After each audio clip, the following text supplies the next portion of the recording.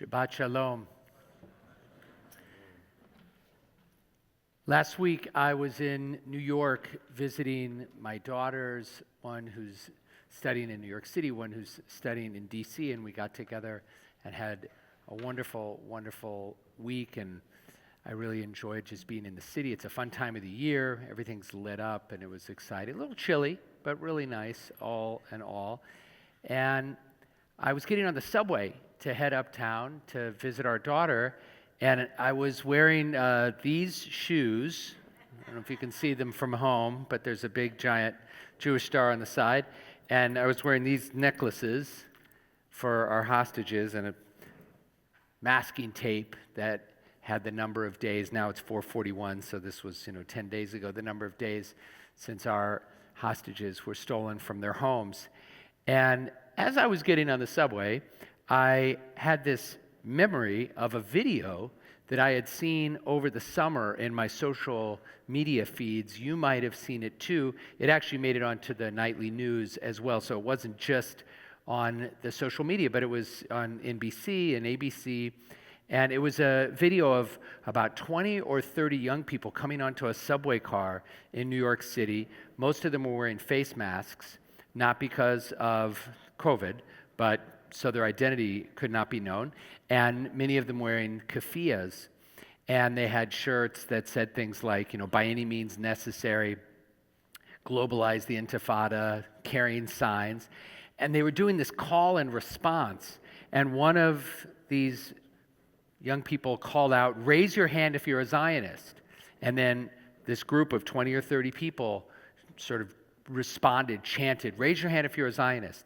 And then the person who was doing the call and response said, this is your chance to get out. And then everyone responded, this is your chance to get out. And so as I'm coming onto the subway wearing what I was wearing, I also had a yarmulke on, I thought, what would happen if a group of morally confused pro-Hamas protesters got on the subway looking for Zionists? And that video that I saw was in late May, but in early November, you probably saw a video from Amsterdam of people hunting down Zionists, Israelis, Jews. And so there was this moment when I wondered if it was a good idea to get on the subway dressed as I was. And our tradition, everything was fine. Obviously, I'm here. There was no problem. In fact, I even got a few people looking down at the sneakers, giving me the thumbs up. I got a few nice responses, so it was actually really lovely. But this is something that is very present and connected to our celebration of Hanukkah. In the Talmud, it's actually in Tractate Shabbat, there's a discussion of Hanukkah, and the context is interesting because the rabbis are talking about what kinds of oil can be used to light Shabbat candles. And then in that conversation about what kind of oil can be used to light Shabbat candles, the rabbis associatively say, speaking of candles, what about those Hanukkah candles?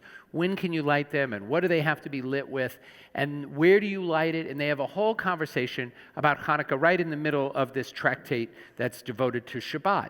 And in the passage, the rabbis teach it's a mitzvah to place the Hanukkiyah al petach beito mibachutz. You're supposed to put it at the entrance of your house, of your dwelling, on the outside of the house. And then it says if you live up on the second floor of the building, then you should put it in the window that is closest to the public walkway, the thoroughfare. And then they say something very interesting. And it's understood why you do that. It's understood from the context of other conversations in the Talmud why you do that, because you're supposed to publicize the miracle. You're supposed to make the miracle known. But then it says something very interesting. It says, Uv'sha'at hasakana, but during a time of danger, it says, it's sufficient to put the Chanukiah on your table inside, and you fulfilled the mitzvah. So the whole mitzvah seems to be to proclaim the miracle publicly. But if it's dangerous, you just put it on your table inside. So the rabbis understood there would be times of danger when putting a big old Hanukkah outside your front door and lighting it would be an invitation. Make it easy for the anti-Semites. Big giant sign, Jews here, come looking. So it's like getting on the subway wearing your Israeli flag sneakers and a yarmulke, like looking for Zionists, here I am. And the rabbis of the Gemara say, don't be silly, don't be stupid. When it's dangerous, you have to take care of yourself. So when I read that, on the one hand, I understand and I think about the pragmatism of the rabbis. Like, they got it.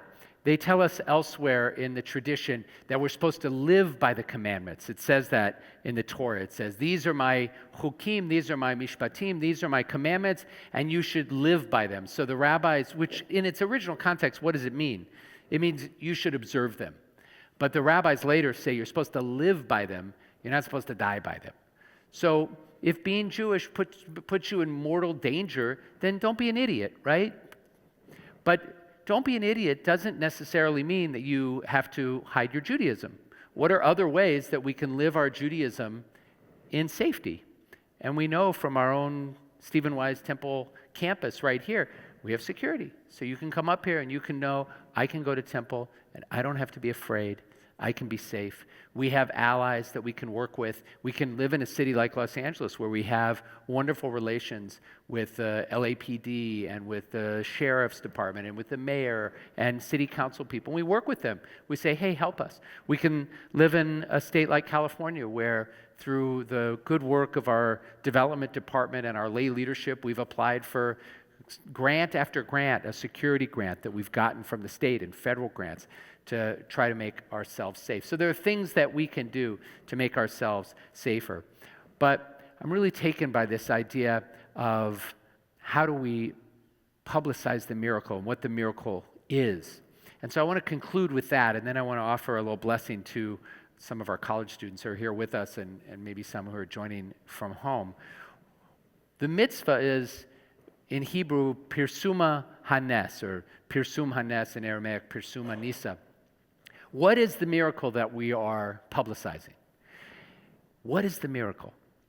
Now, we know from our childhood Hanukkah celebrations and the stories that were told by our sages and our teachers that there was this jar of oil, just one little jar of oil, and it was the little jar that could. I think I can. Not just one day, but 2 days and 8 days. It's a miracle. It's not supposed to last at all. But there's a beautiful teaching about the real miracle. The real miracle, and of course there's also the historical miracle of a small band of warriors who throw off the yoke of the much larger Greek army. And that's a beautiful miracle too, and that's something that is especially important when we celebrate Hanukkah in Israel, as I'm going to be blessed to do next week. But what is the miracle? The miracle is that they lit the Hanukkiyot at all. If you realize that you don't have enough oil to allow the Hanukkiyah to remain lit, you might just say, I guess we better go get more oil. I guess we're just going to have to wait until we have the supplies that are needed to fulfill the mitzvah of lighting the Hanukkiyah, because lighting the menorah was something that you were supposed to do continuously. You didn't just light it and then run out of oil. You'd have to look at your supplies and say, hey, we don't have enough oil to make this thing work, but they lit it anyway. And that is an incredible act of hope. It's saying, I don't know how this thing's going to end up. I don't know exactly how it's all going to play out, but I know that I have to light it. I have to. It's part of what is inside of me. It's part of what I'm called to do. And I feel like we're in a moment like that right now, for all of us, that we are called to have hope and to light that candle and know, I don't know exactly how this is going to end up. It might not end up as I want it to. There might be moments where, as we've experienced so many since October 7th, 2023, there might be those moments of absolute sorrow, and we just can't imagine bearing it any longer. But what do? We get up in the morning and we light the light again and again and again. That is the miracle of Hanukkah, and in some ways that is the miracle of what it is to be a Jew. That 3,000 years of this, instead of just saying, okay, you win, I'm done, I'm not getting on the subway with this yarmulke and these chains and this tape and these shoes because I know what's going to happen. I'm not going to do it. It's saying, no, that's not how we're going to live our lives. It's not how we're going to live our lives. We're going to live our lives in hope. So I want to conclude with just a blessing for our college students. In a little bit, we'll bring you up onto the bima. I hope you knew you were going to get dragged up on the bima for a blessing. But in a little bit, we'll bring you up here and we'll offer you a blessing and we'll say Kiddush together. But I want to end with my own little prayer for you, college students. And it's really for all of us, but especially for you. I pray for your safety so that in times of danger, and we know that we have experienced some of those times in the last couple of years, perhaps unexpectedly for some of us. We didn't think we'd be in this place. We didn't think we'd be in this moment where students on our college campuses have to deal with some of the things that some of our students have had to deal with. So we pray for your safety, that you'll be comfortable expressing your Judaism proudly and without any reason to fear. And I pray that you will be able to hold on to hope, so that you'll be able to have the courage to light that Hanukkah in the midst of the darkest nights, but also in times of great light. And you'll say, I'm just going to bring more light into this world filled with light.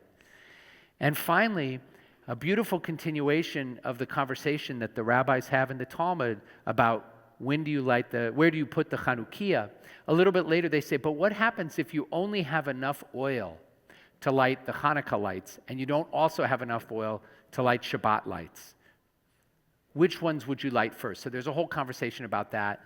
And then they say, what happens if the money it would be required to buy the oil to light the Hanukkah was so dear to buy oil at that moment that you wouldn't also have money to buy wine for Kiddush? What if you had to make that choice? And do you know where the rabbis land? College students, what do you think? Wine or Hanukkah? So you said Hanukkah, but you're not a college student. You're not a college student. The college students, several of them said wine. It's not wine. It's not wine. It's the oil. They say because hope's more important than joy. I'm not sure if hope's more important than joy, but my blessing for you, my wish for you, is that you'll have safety, you'll have hope, and you'll have joy too. And you won't ever have to make that choice. You'll be able to light your Hanukkah and light your Shabbos candles and proudly live your Jewish life, not worry about your safety, and not sacrifice any of the joy that we wish for you. That's my blessing for you. I'm so glad you're with us. I'm so glad you're part of community. It fills me with hope, and it fills me with joy. I want to wish you all a Shabbat Shalom and a Chag Hanukkah Sameach.